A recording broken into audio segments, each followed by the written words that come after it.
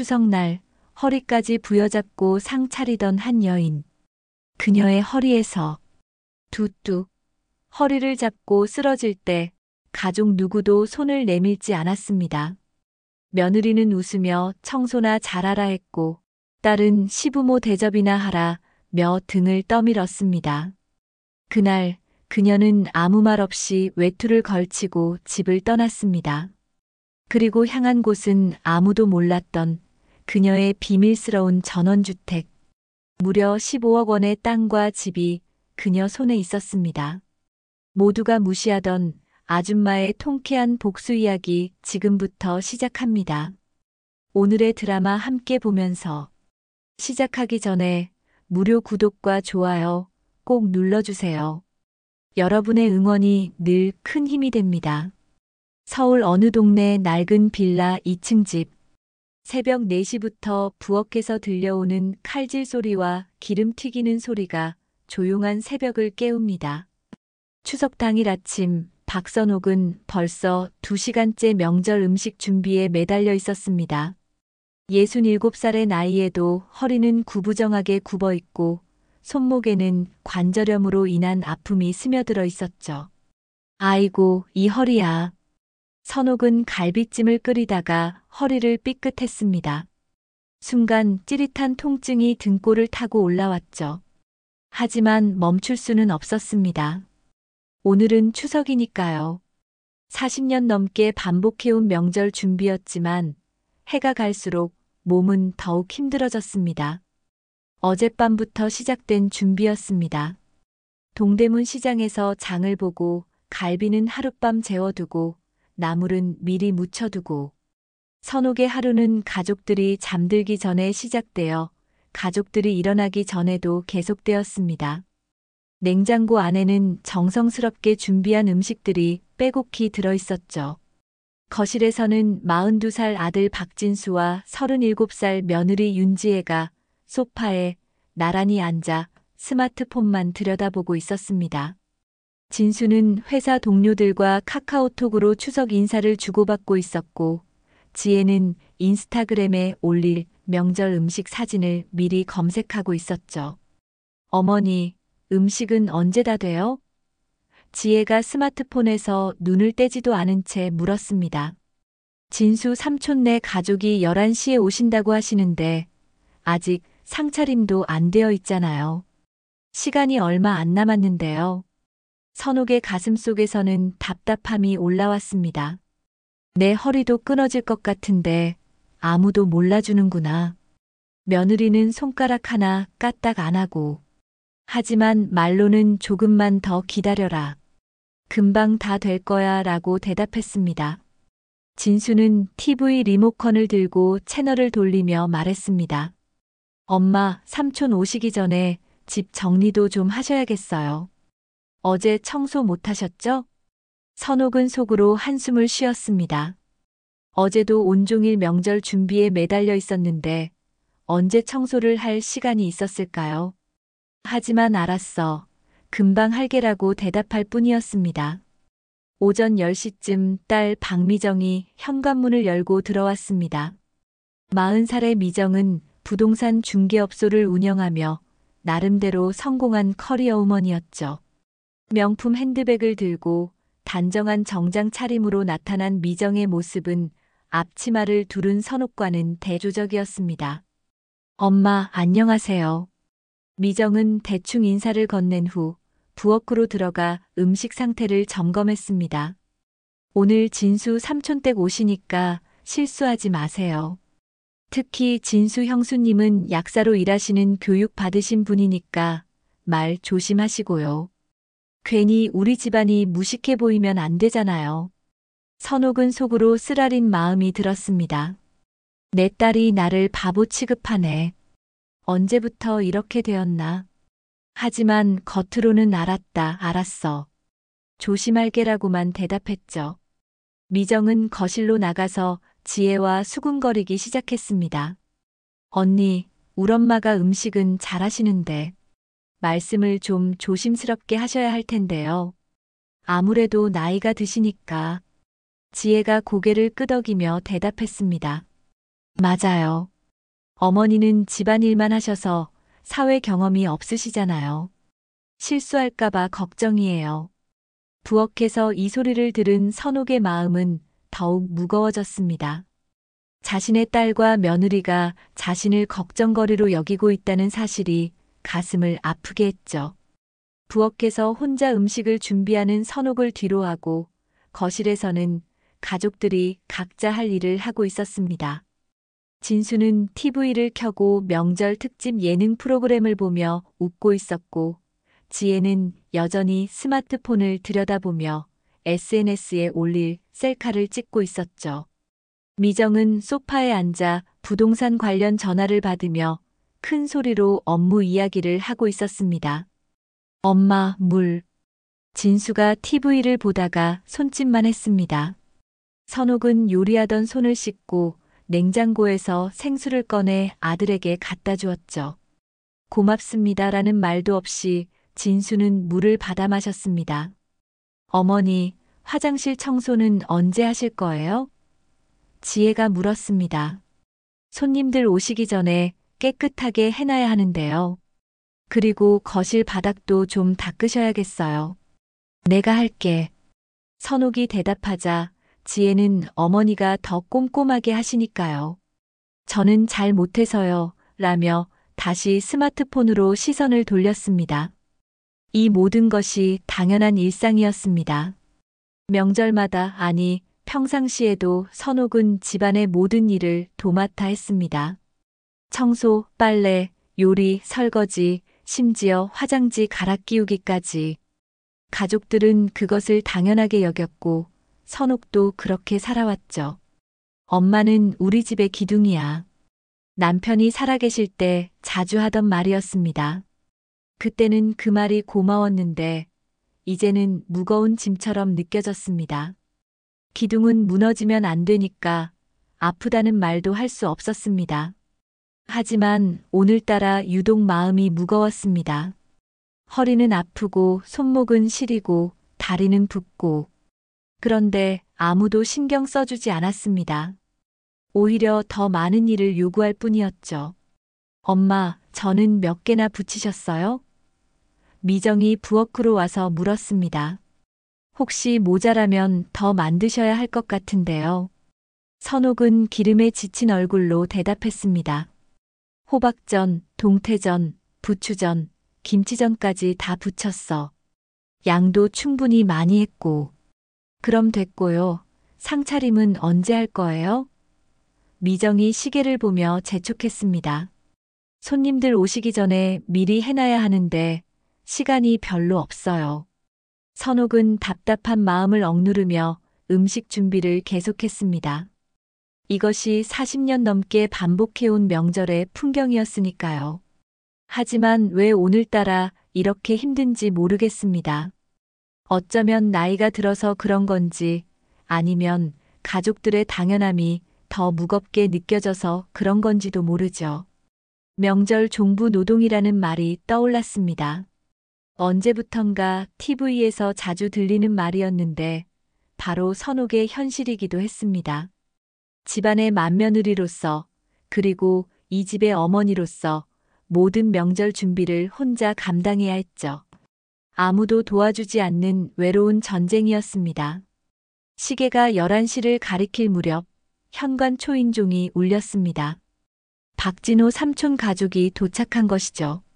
선옥은 서둘러 앞치마를 벗고 손을 씻으며 현관으로 나갔습니다. 허리가 아파서 걸음걸이가 어색했지만 웃는 얼굴로 손님들을 맞이했습니다. 어서 오세요. 형님도 안녕하세요. 선옥이 정중하게 인사했습니다.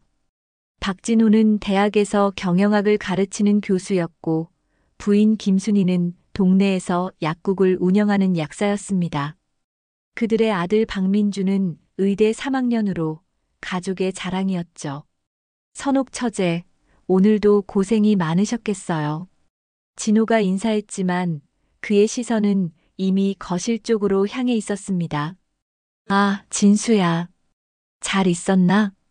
가족들이 거실에 모여 앉자 선옥은 다시 부엌으로 들어가 음식을 차리기 시작했습니다.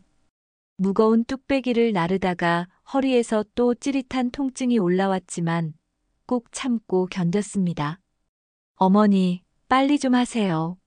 지혜가 부엌으로 와서 재촉했습니다.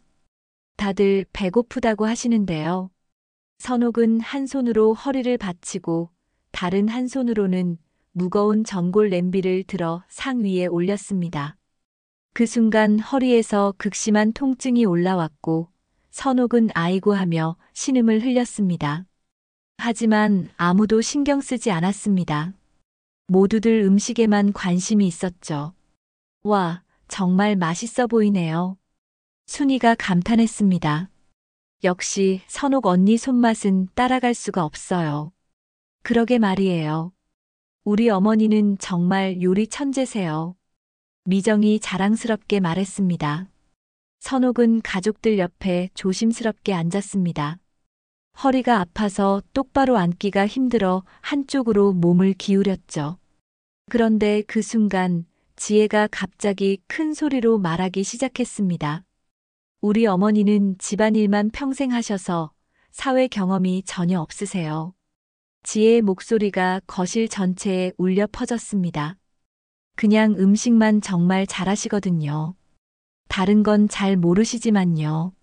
순간 거실이 조용해졌습니다. 모든 시선이 선옥에게 집중되었죠. 선옥의 얼굴이 화끈거리기 시작했습니다. 순이가 어색한 웃음을 지으며 말했습니다. 아, 그렇구나. 요즘 어머니들은 다들 뭔가 하나씩은 하시던데. 선옥 언니는 진짜 전통적이시네요. 집안일에만 전념하셨구나. 진호도 거들었습니다. 그래도 이렇게 음식 솜씨가 좋으시면 충분하죠. 요즘 이런 정성스러운 음식 먹기 힘든데. 의대생 민준도 한마디 보탰습니다. 할머니, 정말 대단하세요. 저희 엄마는 요리를 못해서 외식만 하거든요. 가족들이 웃기 시작했습니다. 선옥을 향한 것이 아니라 상황 자체를 우스워하는 웃음이었지만 선옥에게는 모든 웃음이 자신을 비웃는 것처럼 들렸습니다. 진수도 아무렇지 않게 말했습니다. 우리 엄마는 정말 집안일 전문가예요. 다른 건 관심도 없으시고. 선옥의 가슴이 답답해지기 시작했습니다. 67년을 살아오면서 이렇게 공개적으로 무시당한 적은 없었습니다. 자신이 평생 해온 일들이 하찮은 것으로 치부되고 있었죠. 사회 경험이 없다고? 선옥은 속으로 중얼거렸습니다. 내가 얼마나 많은 일을 해왔는데, 이 집을 위해서, 이 가족을 위해서 내 인생을 다 바쳤는데. 지혜는 계속해서 말을 이어갔습니다. 어머니는 정말 순수하세요. 세상 물정을 모르셔서 가끔 답답할 때도 있지만 그게 또 장점이기도 하고요. 그러게요. 미정도 동조했습니다. 엄마는 너무 착하셔서 세상 사람들한테 속기도 쉬우실 것 같아요. 선옥의 눈가에 눈물이 맺히기 시작했습니다. 자신의 딸과 며느리가 그것도 손님들 앞에서 자신을 이렇게 모욕하고 있다는 사실이 믿어지지 않았습니다. 집안일이라는 게 정말 쉬운 일인가? 선옥은 속으로 생각했습니다. 새벽 4시부터 일어나서 가족들을 위해 음식을 만들고 청소를 하고 빨래를 하고 이게 쉬운 일인가? 하지만 아무도 선옥의 마음을 헤아리지 못했습니다. 모두들 음식을 먹으며 즐겁게 대화를 나누고 있었죠. 정말 맛있네요. 순이가 갈비찜을 한 젓가락 집으며 말했습니다. 이런 정성스러운 음식은 정말 아무나 못 만들어요. 그래도 요즘은 배달 음식도 좋잖아요. 민준이 말했습니다. 굳이 이렇게 힘들게 안 해도 되는데. 그 말을 들은 선옥의 마음은 더욱 아팠습니다. 자신이 평생 해온 일이 배달 음식으로 대체될 수 있는 것으로 여겨지고 있었으니까요. 식사가 계속되는 동안 선옥은 한마디도 하지 못했습니다. 허리는 아프고 마음은 더 아팠습니다. 가족들의 대화 소리가 점점 멀게 들려왔죠. 어머니, 물 좀 가져다 주세요. 진수가 말했습니다. 어머니, 김치가 좀 짜네요. 지혜가 불평했습니다. 엄마, 휴지 떨어졌어요. 미정이 말했습니다. 선옥은 기계적으로 움직였습니다. 물을 가져다 주고, 김치를 바꿔주고, 휴지를 가져다 주고. 하지만 마음은 점점 더 무거워졌습니다. 점심 식사가 끝나고 모두들 거실에서 차를 마시며 이야기꽃을 피울 때 선옥은 조용히 자리에서 일어났습니다. 허리가 아파서 걸음걸이가 불편했지만 아무도 신경 쓰지 않았죠.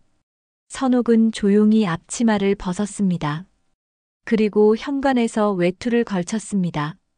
손에는 지갑과 휴대폰만 들고 있었죠. 현관문 손잡이를 잡는 순간 선옥은 잠시 멈춰 섰습니다. 거실에서는 여전히 웃음소리가 들려왔습니다. 아무도 자신이 없어도 상관없다는 듯이 즐거워하고 있었죠. 정말 나 없어도 괜찮구나. 선옥은 속으로 중얼거렸습니다. 현관문이 조용히 닫히는 소리가 났지만 아무도 듣지 못했습니다. 모두들 TV 앞에서 명절 특집 프로그램을 보며 웃고 있었으니까요. 선옥이 사라진 지 1시간이 지나도 2시간이 지나도 아무도 눈치채지 못했습니다. 설거지를 해야 할 시간이 되어서야 지혜가 어머니 어디 가셨지? 라고 중얼거렸을 뿐이었죠. 하지만 그때 선옥은 이미 멀리 떠나고 있었습니다. 67년 만에 처음으로 자신만의 선택을 하면서 말이죠. 선옥은 빌라 앞 버스 정류장에서 378번 버스를 기다렸습니다. 마음이 답답해서 깊게 숨을 들이쉬었죠. 늦은 오후의 가을바람이 얼굴을 스쳤지만 가슴속 응어리는 쉽게 사라지지 않았습니다. 버스가 도착하자 선옥은 천천히 올라탔습니다. 허리가 아파서 계단을 오르기가 쉽지 않았지만 이상하게도 마음만큼은 가벼워지는 느낌이었습니다. 지하철 4호선 인덕원역까지 가주세요. 선옥이 기사님께 말했습니다. 평소 같으면 택시비가 아까워서 지하철로 갔겠지만 오늘은 달랐습니다. 67년 만에 처음으로 자신만을 위한 선택을 하는 것 같았거든요. 지하철을 타고 안산역에서 내린 선옥은 다시 마을버스로 갈아탔습니다. 도심을 벗어날수록 창밖 풍경이 달라졌습니다. 높은 빌딩들이 사라지고 대신 논밭과 작은 언덕들이 나타났죠. 버스 안에는 선옥처럼 연세가 지긋한 분들이 몇 분 계셨는데 모두들 편안해 보였습니다. 다음 정류장 새마을입니다. 버스 안내방송이 나왔습니다. 선옥은 조심스럽게 자리에서 일어났습니다. 허리가 아직도 아팠지만 참을 만했죠. 새마을 정류장에서 내린 선옥은 잠시 주변을 둘러보았습니다. 맑은 공기와 고요함이 서울과는 완전히 달랐습니다. 골목길을 따라 10분 정도 걸어가자 예쁜 담장으로 둘러싸인 전원주택이 나타났습니다. 흰색 벽돌로 지어진 2층 집이었는데 앞마당에는 감나무 한 그루가 서 있었죠. 선옥은 가방에서 열쇠를 꺼냈습니다. 4년 전 남편이 돌아가신 후 혼자 몰래 산 집이었습니다. 대문을 열고 들어서는 순간 선옥의 마음이 편해졌습니다.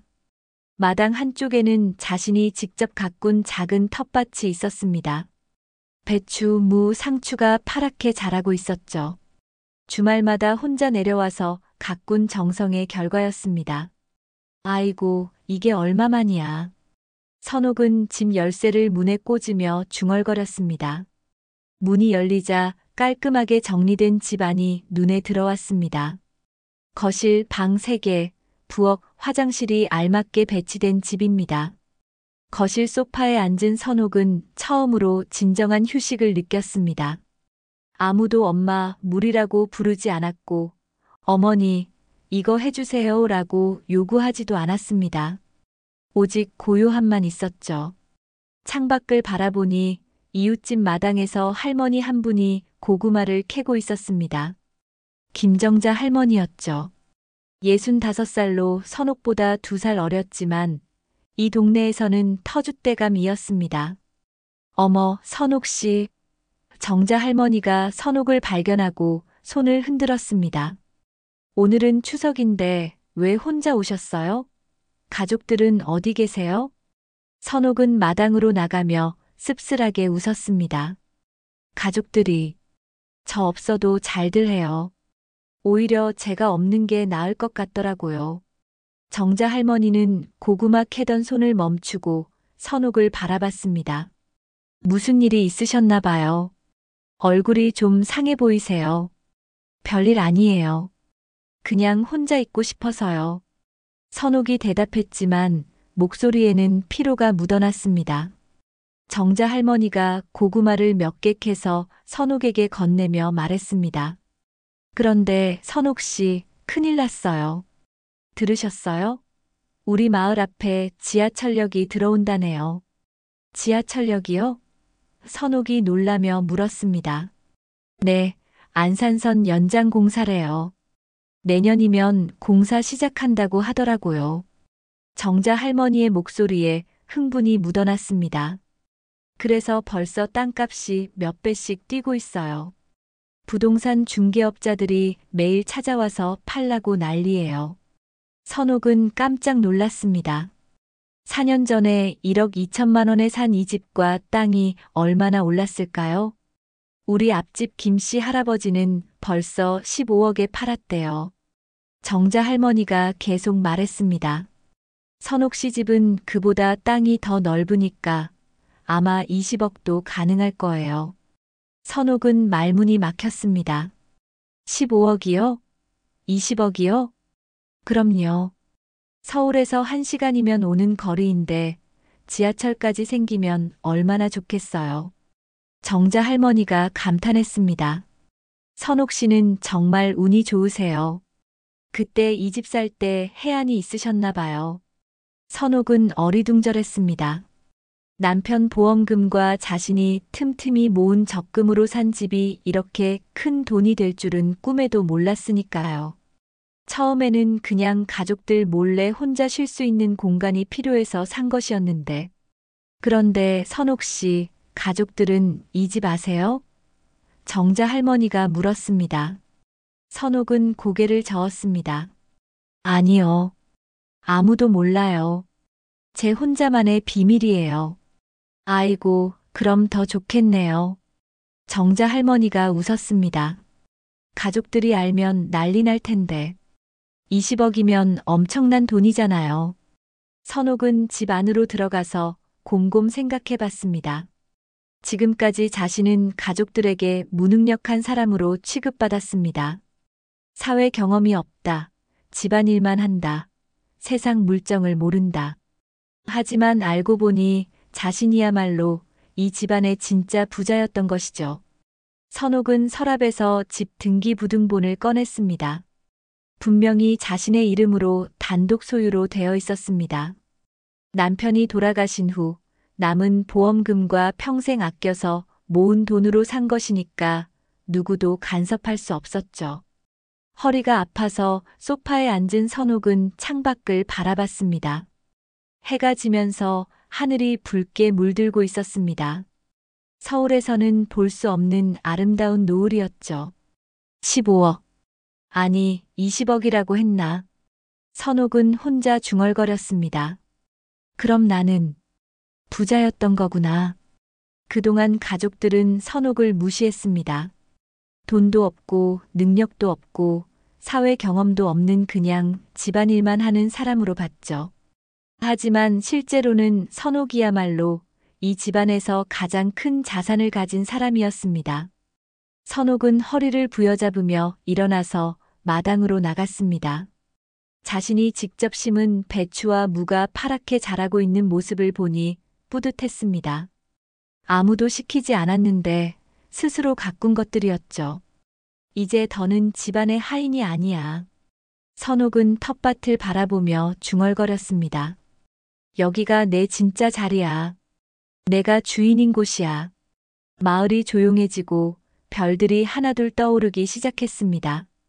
선옥은 67년 만에 처음으로 진정한 평화를 느꼈습니다. 누군가를 위해 음식을 해야 한다는 부담도 청소를 해야 한다는 압박도 없었습니다. 오직 자신만 있을 뿐이었죠. 휴대폰이 여러 번 울렸지만 선옥은 받지 않았습니다. 지금은 자신만의 시간이었으니까요. 67년 만에 처음으로 찾은 진짜 자신만의 시간이었습니다. 선옥이 전원주택에서 사흘째 머물고 있을 때였습니다. 서울집에서는 난리가 났습니다. 추석날 저녁이 되어도 어머니가 돌아오지 않자 그제야 가족들이 심각성을 느끼기 시작했던 것이죠. 엄마가 정말로 어디 간 거야? 진수가 초조하게 말했습니다. 휴대폰도 안 받고 이상해. 지혜는 불안해하며 동네 병원들의 전화를 걸어봤지만 입원한 박선옥이라는 환자는 없었습니다. 혹시 어머니가 다치셨나요? 아니면 엄마가 그럴 분이 아니에요. 미정이 단호하게 말했습니다. 분명히 어딘가에 계실 거예요. 친구 집이나 친척 집에. 하지만 아는 친척들에게 모두 연락해봐도 선옥의 행방은 묘연했습니다. 평소 어머니와 친하게 지내던 사람들조차 연락이 닿지 않았죠. 미정은 부동산 업계 인맥을 동원해서 어머니를 찾기 시작했습니다. 혹시나 해서 어머니 명의로 된 부동산이 있는지 확인해 봤는데 놀라운 사실을 발견했습니다. 엄마 이름으로 된 집이 있어요. 미정이 전화로 흥분하며 말했습니다. 경기도 안산 쪽에 전원주택이 하나 있더라고요. 뭐라고? 진수가 놀랐습니다. 엄마가 언제 집을 사셨다는 거야? 등기부등본 확인해 보니까 4년 전에 샀어요. 1억 2천만 원에. 미정의 목소리에 당황이 묻어났습니다. 그런데 지금 그 지역 시세가 15억 정도 된다고 하네요. 그날 오후 진수와 지혜는 급히 차를 몰고 안산으로 향했습니다. 내비게이션을 따라 구불구불한 시골길을 달려서 새마을에 도착했죠. 전원주택 앞에 차를 세운 지혜는 깔끔하게 정리된 마당과 예쁜 집을 보고 당황했습니다. 생각했던 것보다 훨씬 근사한 집이었거든요. 어머니가 정말 여기 계실까요? 지혜가 불안하게 물었습니다. 담장 너머로 선옥이 텃밭에서 물을 뽑고 있는 모습이 보였습니다. 서울에서와는 완전히 다른 모습이었죠. 편안하고 자연스러워 보였습니다. 엄마. 진수가 대문을 열고 들어가며 큰 소리로 불렀습니다. 여기 계셨구나. 우리가 얼마나 걱정했는지 몰라요. 선옥은 물을 뽑던 손을 멈추고 천천히 고개를 들었습니다. 서울에서 보던 지친 모습이 아니라 묘하게 당당해 보였죠. 왜 왔니? 선옥이 담담하게 물었습니다. 집에서 잘들 지내고 있을 줄 알았는데. 엄마, 무슨 말씀이세요? 진수가 당황하며 말했습니다. 어머니가 갑자기 사라지시니까 우리가 얼마나 놀랐는지. 내가 사라진 지 하루가 지나도록 아무도 몰랐잖아. 선옥의 목소리에는 서운함이 묻어났습니다. 그때는 왜 걱정하지 않았니? 그 순간 이웃집에서 정자 할머니가 나왔습니다. 어머, 선옥 씨 가족분들이 오셨구나. 안녕하세요. 지혜는 정자 할머니를 보고 더욱 당황했습니다. 시골 할머니가 자신의 시어머니를 자연스럽게 대하고 있었거든요. 우리 선옥 씨는 정말 좋은 분이에요. 정자 할머니가 지혜에게 말했습니다. 이 동네에서 제일 부지런하고 착하시죠. 혼자서도 참 잘 지내시고. 지혜의 얼굴이 붉어졌습니다. 그동안 시어머니를 사회 경험 없는 사람이라고 무시했는데 여기서는 존경받는 인물이었던 것이죠. 선옥은 마당 의자에 앉으며 말했습니다. 여기가 내 집이야. 나는 여기서 살 거다. 엄마, 무슨 소리예요? 진수가 놀라며 물었습니다. 집은 서울에 있잖아요. 서울집은 너희들 집이고 여기는 내 집이다. 선옥이 단호하게 말했습니다. 그때 지혜가 갑자기 선옥 앞에 무릎을 꿇었습니다. 눈물이 글썽거리며 고개를 숙였죠. 어머니, 제가 정말 잘못했어요. 지혜의 목소리가 떨렸습니다. 그런 말하지 말았어야 했는데. 돌아와 주세요. 하지만 그 순간 이웃들이 하나둘 나와서 구경하기 시작했습니다. 누군가는 스마트폰을 꺼내 영상을 찍고 있었죠. 저게 뭐야? 길 건너편 할머니가 수군거렸습니다. 도시에서 온 며느리가 시어머니한테 무릎 꿇고 빌고 있네. 다른 할머니가 대답했습니다. 순식간에 마을 사람들 사이에서 소문이 퍼졌습니다. 카카오톡 단체 채팅방에는 도시 며느리, 시골에서 무릎 꿇다 라는 제목으로 사진이 올라갔죠. 지혜는 주변 시선을 의식하며 얼굴이 창백해졌습니다. 서울에서 체면을 중시하며 살던 지혜에게는 충격적인 상황이었습니다. 선옥이 지혜에게 말했습니다. 무릎 꿇을 일 아니야. 하지만 지혜는 계속 울먹이며 말했습니다. 어머니의 마음을 너무 아프게 해드렸어요. 정말 죄송해요. 미안하다는 건 알겠는데 선옥이 차분하게 말했습니다. 나는 이제 돌아가지 않을 거예요. 여기서 살 거고. 진수가 다급하게 말했습니다. 엄마, 여기서 혼자 어떻게 사세요? 서울로 돌아가세요. 여기가 훨씬 좋아요. 선옥이 마당을 둘러보며 말했습니다. 아무도 저한테 물 가져오라고 하지 않고, 청소하라고 하지 않고, 음식 해달라고 하지도 않아요. 이웃들은 계속 구경하고 있었고, 몇몇은 여전히 스마트폰으로 촬영을 하고 있었습니다. 지혜는 그 시선들이 너무 부담스러웠죠. 어머니, 제발 돌아가요. 지혜가 애원했습니다. 앞으로는 정말 달라질게요. 하지만 선옥의 마음은 이미 굳어져 있었습니다. 말은 쉽죠. 하지만 나는 더 이상 누구의 하인으로 살지 않을 거예요. 정자 할머니가 옆에서 말했습니다. 선옥 씨 말이 맞아요. 이 나이에 자기 인생 사는 게 뭐가 잘못된 거예요? 지혜는 일어서면서도 계속 고개를 숙이고 있었습니다. 주변 사람들의 시선이 따가웠고 이 일이 서울까지 알려질까봐 걱정이었죠. 엄마, 우리 집에서 어머니가 필요해요.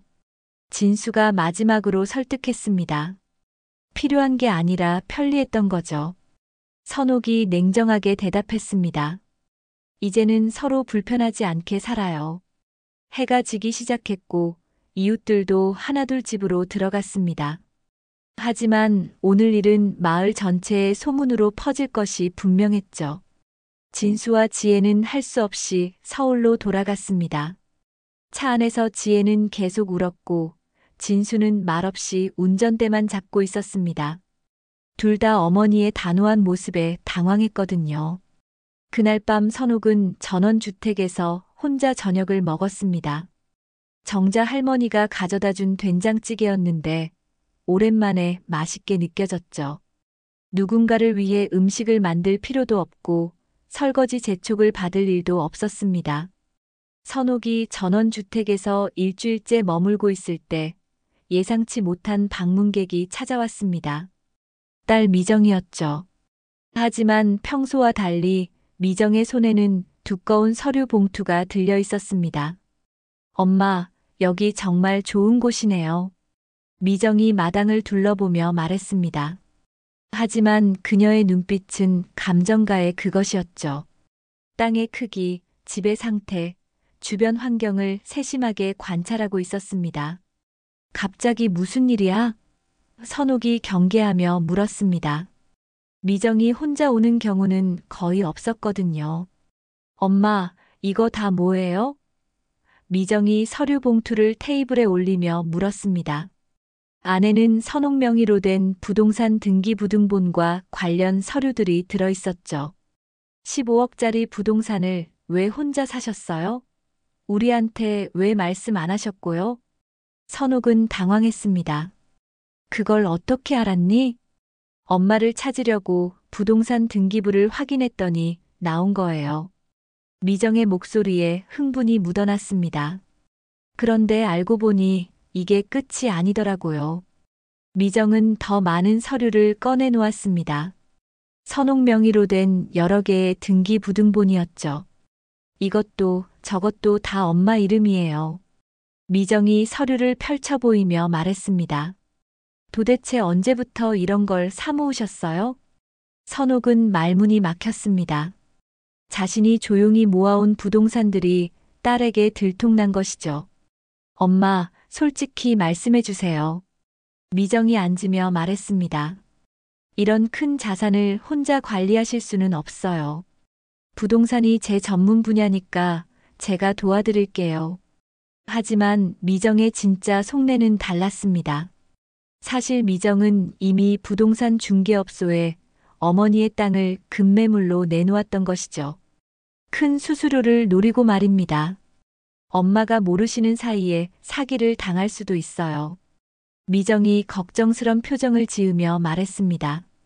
이런 시골 부동산은 관리가 어려워요. 차라리 서울 아파트로 바꾸시는 게 어때요? 선옥은 미정의 말에 뭔가 이상함을 느꼈습니다. 너는 왜 갑자기 내 재산에 관심이 많니? 관심이 아니라 걱정이에요. 미정이 변명했습니다. 엄마 혼자서 이런 큰 돈을 어떻게 관리하세요? 그때 정자 할머니가 마당으로 들어왔습니다. 선옥 씨, 큰일 났어요. 부동산 중개업자가 우리 마을 사람들한테 선옥 씨 집을 팔려고 한다고 하던데요. 선옥과 미정 모두 깜짝 놀랐습니다. 특히 미정의 얼굴은 창백해졌죠. 뭐라고요? 선옥이 물었습니다. 마을 이장님이 그러시는데 어떤 부동산 업체에서 선옥 씨 집을 15억에 급매로 내놨다고 하더라고요. 정자 할머니가 설명했습니다.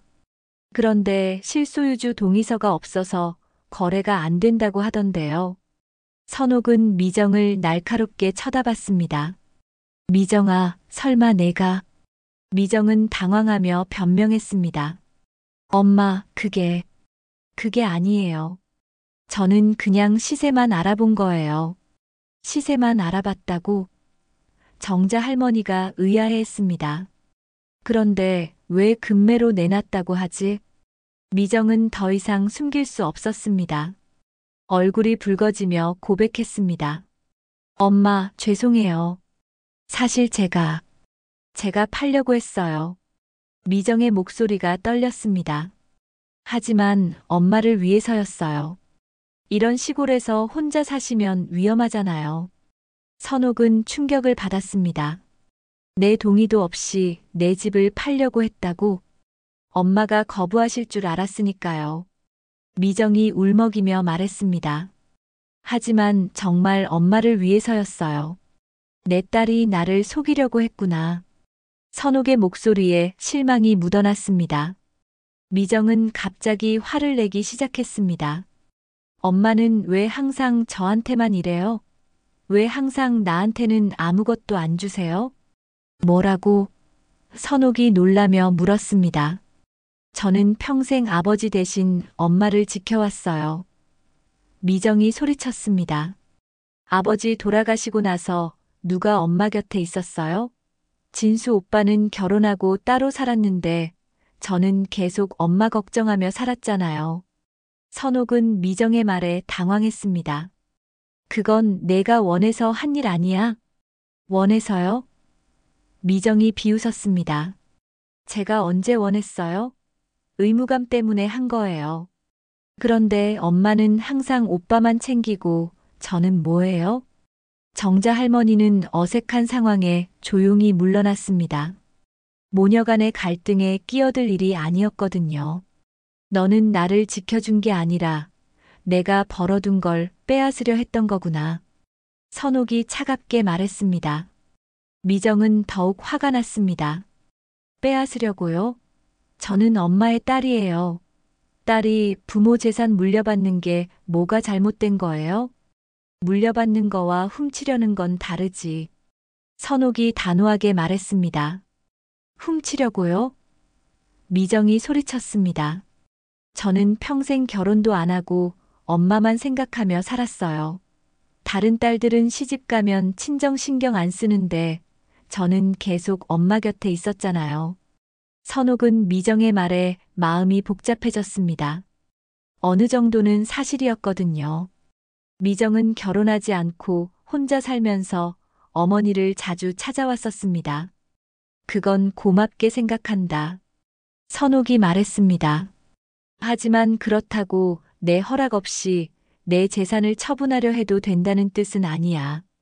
그럼 엄마는 그 큰 돈을 어떻게 할 거예요? 미정이 물었습니다. 혼자서 다 가지고 계실 거예요? 내 돈이니까 내가 알아서 할 거야. 선옥이 대답했습니다. 미정은 더 이상 참을 수 없었습니다. 엄마는 정말 이기적이에요. 가족도 생각하지 않고. 이기적이라고? 선옥의 목소리도 높아졌습니다. 67년을 가족만 위해 살아온 내가 이기적이라고? 모녀는 거실에서 격렬하게 다퉜습니다. 선옥으로서는 평생 처음 겪는 일이었습니다. 자신의 딸과 이렇게 큰 소리로 싸우게 될 줄은 꿈에도 생각하지 못했거든요.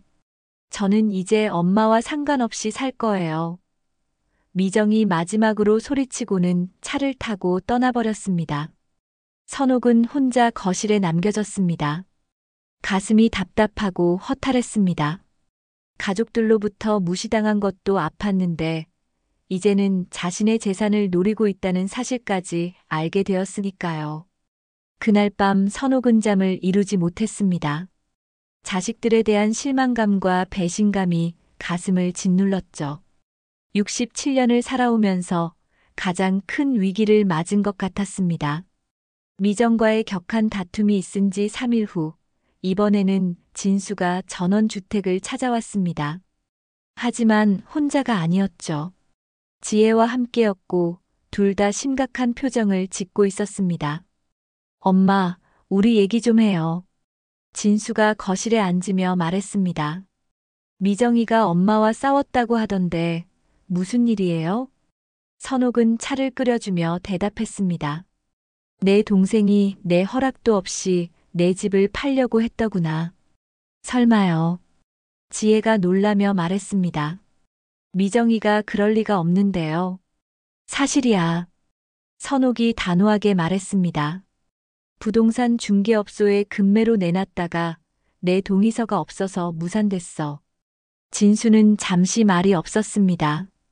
동생의 행동이 잘못된 것은 분명했지만 다른 한편으로는 어머니의 큰 재산이 부러웠던 것도 사실이었거든요.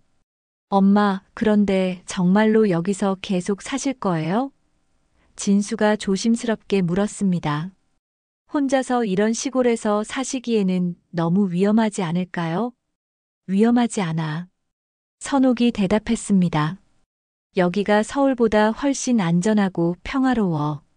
지혜가 끼어들었습니다.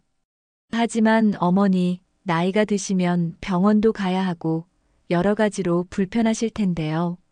선옥은 두 사람이 무엇을 원하는지 알고 있었습니다. 결국은 자신의 재산을 포기하고 서울로 돌아오기를 바라는 것이죠. 제가 사업을 시작하려고 하는데요. 진수가 본심을 드러내기 시작했습니다. 동료와 함께 작은 회사를 차릴 생각이에요.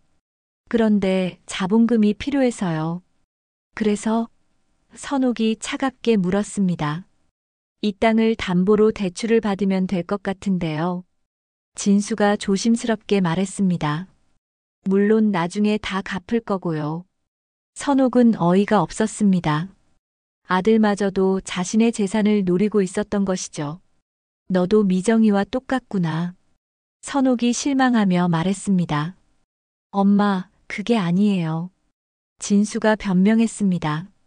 저는 빌리는 거예요. 나중에 다 갚을 거라고요. 빌린다고? 내 동의도 없이? 선옥의 목소리가 높아졌습니다. 지혜도 거들었습니다. 어머니, 진수도 이제 40이 넘었는데 자기 사업 한번 해보고 싶어 하는 게 당연하잖아요. 당연하다고? 선옥이 지혜를 쳐다봤습니다. 그럼 자기 돈으로 하지. 왜 내 돈을 쓰려고 하니? 어머니 돈이 아니라 가족 공동의 자산이죠. 지혜가 말했습니다. 어머니 혼자 쓰실 건 아니잖아요. 선옥은 더 이상 참을 수 없었습니다. 조용히 일어서서 방으로 들어갔죠. 잠시 후 커다란 서류 봉투를 들고 나왔습니다. 이걸 먼저 보고 말해라. 선옥이 서류 봉투를 테이블에 올렸습니다. 진수와 지혜가 서류를 꺼내보기 시작했는데 점점 표정이 굳어졌습니다. 봉투 안에는 놀라운 것들이 들어있었거든요. 첫 번째는 전원주택과 주변 5,000평 토지의 등기부등본이었습니다. 모두 선옥 단독 명의로 되어 있었죠.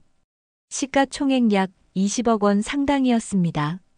두 번째는 20개가 넘는 임대차 계약서였습니다. 선옥이 소유한 토지에 세를 내고 사는 사람들의 계약서였죠.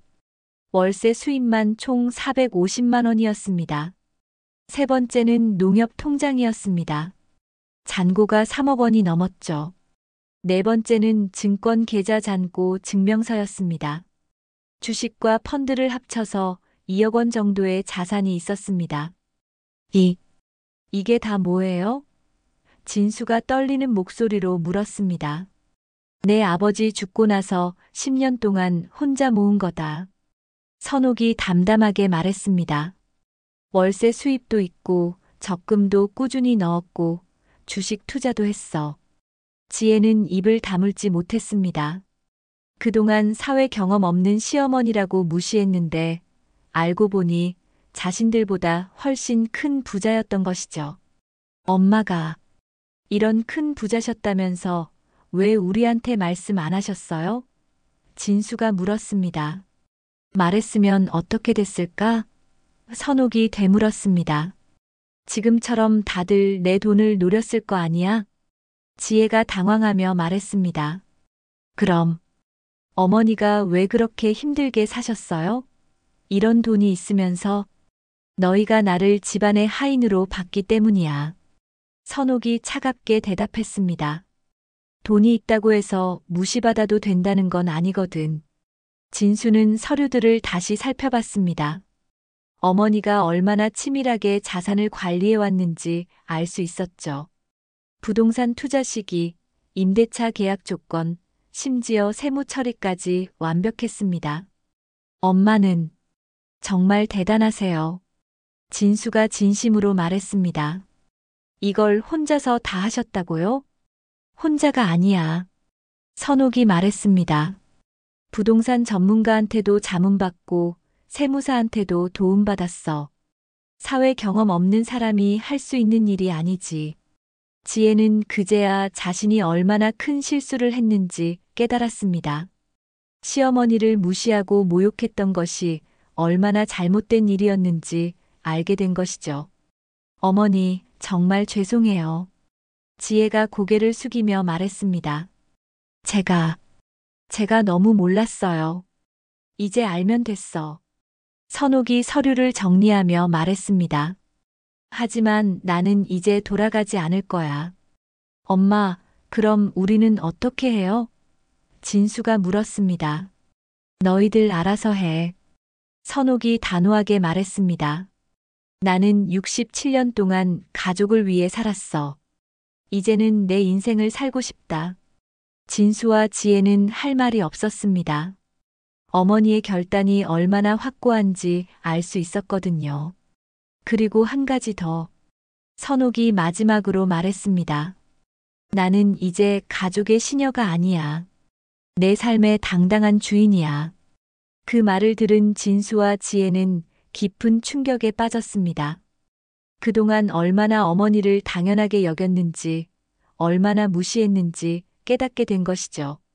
선옥은 서류를 다시 방으로 가져가며 생각했습니다. 67년을 살면서 처음으로 자신의 가치를 제대로 인정받는 순간이었습니다. 더 이상 누구에게도 무시당하지 않을 것이라는 확신이 들었죠. 그날 저녁 진수와 지혜는 말없이 서울로 돌아갔습니다. 차 안에서 둘 다 깊은 생각에 잠겨 있었습니다. 어머니에 대한 인식이 완전히 바뀐 하루였거든요. 선옥이 전원주택에서 한 달을 보낸 어느 날 예상치 못한 손님들이 찾아왔습니다. 진수, 지혜, 그리고 미정까지 모두 함께 온 것이죠. 하지만 이번에는 이전과 달리 모두들 조심스러운 모습이었습니다. 엄마, 안녕하세요. 진수가 정중하게 인사했습니다. 예전처럼 당연하다는 듯 행동하지 않았죠. 미정은 고개를 숙이며 말했습니다. 엄마, 그동안 정말 죄송했어요. 제가 너무 욕심을 부렸네요. 지혜도 깍듯하게 말을 했습니다. 어머니, 그동안 어머니의 희생을 전혀 몰랐습니다. 정말 죄송해요. 선옥은 가족들을 거실로 안내하며 차를 끓여주었습니다. 하지만 예전처럼 바쁘게 움직이지는 않았죠. 천천히 자신의 속도에 맞춰 움직였습니다. 엄마, 서울로 돌아와 주세요. 진수가 조심스럽게 말했습니다. 저희가 앞으로는 정말 달라지겠습니다. 어떻게 달라질 건데? 선옥이 차를 따르며 물었습니다. 지혜가 대답했습니다. 집안일은 제가 할게요. 어머니는 푹 쉬세요. 미정도 말했습니다. 엄마, 제가 잘못 생각했어요. 엄마 재산에 욕심내지 않을게요. 하지만 선옥의 마음은 이미 결정되어 있었습니다. 고맙다. 하지만 나는 여기서 살 거야. 엄마, 정말로요? 진수가 당황했습니다. 정말이다. 선옥이 단호하게 말했습니다. 여기가 내가 원하는 삶이야. 그때 마당에서 소리가 들렸습니다. 정자 할머니를 비롯해서 동네 할머니들이 나물과 김치를 들고 찾아온 것이죠. 선옥 언니, 우리 같이 저녁해서 먹어요. 정자 할머니가 밝게 말했습니다. 혼자 먹으면 재미없잖아요. 좋아요. 선옥의 얼굴에 환한 미소가 번졌습니다. 다 들어오세요. 동네 할머니들이 마당으로 들어오자 금세 활기가 돌았습니다.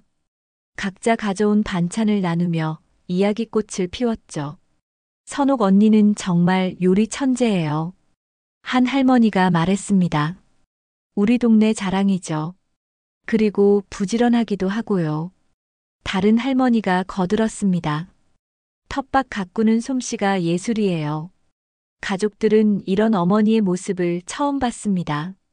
서울에서는 항상 피곤하고 지쳐 보였는데 여기서는 완전히 다른 사람 같았거든요. 어머니가 저렇게 밝으세요? 지혜가 작은 목소리로 진수에게 물었습니다. 저런 모습은 처음 봐. 진수도 놀라며 대답했습니다. 미정은 눈물이 글썽거렸습니다. 우리가 엄마를 얼마나 힘들게 했는지 이제야 알겠어요. 저녁 준비가 시작되자 동네 할머니들과 선옥이 함께 움직였습니다. 누가 시키지 않아도 자연스럽게 역할을 나누며 일했죠. 웃음소리가 끊이지 않았습니다. 선옥 언니, 요즘 얼굴이 완전히 달라졌어요. 정자 할머니가 말했습니다. 훨씬 젊어 보여요. 정말요? 선옥이 기뻐했습니다. 여기 와서 정말 행복해요. 처음으로 내가 누군지 알게 된 것 같아요. 가족들은 멀찍이 서서 그 광경을 바라봤습니다. 어머니가 이렇게 환하게 웃는 모습을 언제 마지막으로 봤는지 기억조차 나지 않았거든요. 마당에 평상을 펼쳐놓고 모두 함께 저녁을 먹었습니다. 선옥은 동네 할머니들과 자연스럽게 어울리며 이야기를 나눴죠. 농사 이야기, 손자 이야기, 건강 이야기까지 다양한 주제로 대화가 이어졌습니다. 우리 선옥 언니는 정말 똑똑해요. 한 할머니가 자랑스럽게 말했습니다. 부동산 투자도 잘하고 돈 관리도 잘하고. 맞아요. 정자 할머니가 맞장구 쳤습니다. 이 동네에서 제일 부자인데도 전혀 티 안 내고 겸손하시죠. 가족들은 이런 이야기를 들으며 더욱 부끄러워졌습니다. 그동안 어머니를 얼마나 무시했는지 새삼 깨닫게 되었거든요. 저녁을 다 먹고 동네 할머니들이 돌아간 후 가족들만 남았습니다. 선옥은 여전히 환한 표정을 짓고 있었죠. 엄마, 정말 여기서 계속 사실 거예요? 미정이 마지막으로 물었습니다. 그래. 선옥이 확신에 찬 목소리로 대답했습니다. 나는 67년 만에 진짜 내 자리를 찾았어. 진수가 조심스럽게 말했습니다. 그럼 우리는 가끔 찾아뵐게요. 부담 주지 않게. 좋아. 선옥이 고개를 끄덕였습니다. 하지만 이제는 서로 대등하게 만나자. 나는 더 이상 너희들의 하인이 아니야. 지혜가 눈물을 글썽이며 말했습니다. 어머니, 정말 죄송해요. 앞으로는 저희가 달라질게요. 달라져야 할 건 너희들만이 아니야. 선옥이 말했습니다. 나도 달라졌어. 이제는 누구에게도 무시당하지 않을 거야. 해가 지기 시작했고 가족들은 서울로 돌아갈 시간이 되었습니다. 하지만 이번에는 아쉬워하며 떠났죠. 엄마, 몸 건강하세요. 진수가 진심으로 말했습니다. 엄마, 사랑해요. 미정이 어머니를 꼭 껴안았습니다. 어머니, 행복하세요. 지혜가 정중하게 인사했습니다.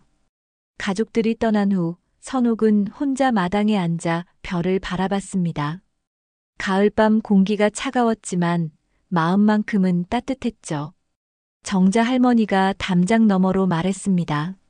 선옥 언니, 이제 진짜 주인답게 사시네요. 그래요. 선옥이 미소 지으며 대답했습니다. 나는 이제 하인이 아니라 내 인생의 당당한 주인입니다. 그날 밤 선옥은 깊이 잠들었습니다. 67년을 살아오면서 가장 편안한 잠이었죠. 더 이상 새벽에 일어나서 누군가를 위해 음식을 준비할 필요도 없었고 누군가의 눈치를 볼 필요도 없었습니다. 다음 날 아침 선옥은 여유롭게 일어나서 혼자만의 아침을 준비했습니다. 텃밭에서 따온 신선한 상추로 쌈을 싸먹으며 창밖으로 펼쳐진 전원 풍경을 바라봤죠. 휴대폰이 울렸습니다. 진수에게서 온 문자였습니다. 엄마, 어제 정말 많이 깨달았습니다. 건강하세요. 사랑합니다. 선옥은 문자를 보며 미소 지었습니다. 이제야 진짜 가족다운 관계가 시작되는 것 같았거든요. 점심때가 되자 정자 할머니가 찾아왔습니다. 언니, 오늘 날씨 좋으니까 같이 산책할까요? 좋아요. 선옥이 반가워했습니다. 두 할머니는 팔짱을 끼고 마을길을 걸었습니다. 가을 햇살이 따뜻하게 내리쬐고 코스모스가 길가에 예쁘게 피어 있었죠. 언니, 정말 잘하셨어요. 정자 할머니가 말했습니다. 자기 인생 사는 거 말이에요. 고마워요. 선옥이 대답했습니다. 67년 만에 처음으로 진짜 자유를 느껴요. 그녀의 걸음걸이는 당당했고 얼굴에는 진정한 행복이 가득했죠. 추석 아침 삐끗한 허리 하나가 바꾼 인생. 모욕받던 순간 떠난 한 걸음이 새로운 세상을 열었습니다. 67년간 누군가의 딸, 아내, 어머니로만 살았던 박선옥. 이제야 비로소 온전한 자기 자신으로 살기 시작했습니다. 때로는 떠나야만 찾을 수 있는 것이 있습니다. 그것은 바로 자신만의 진짜 자리였습니다. 재밌게 보셨나요? 무료 좋아요, 구독 부탁드려요. 더욱 재밌는 다음 이야기로 또 만나요. 감사합니다.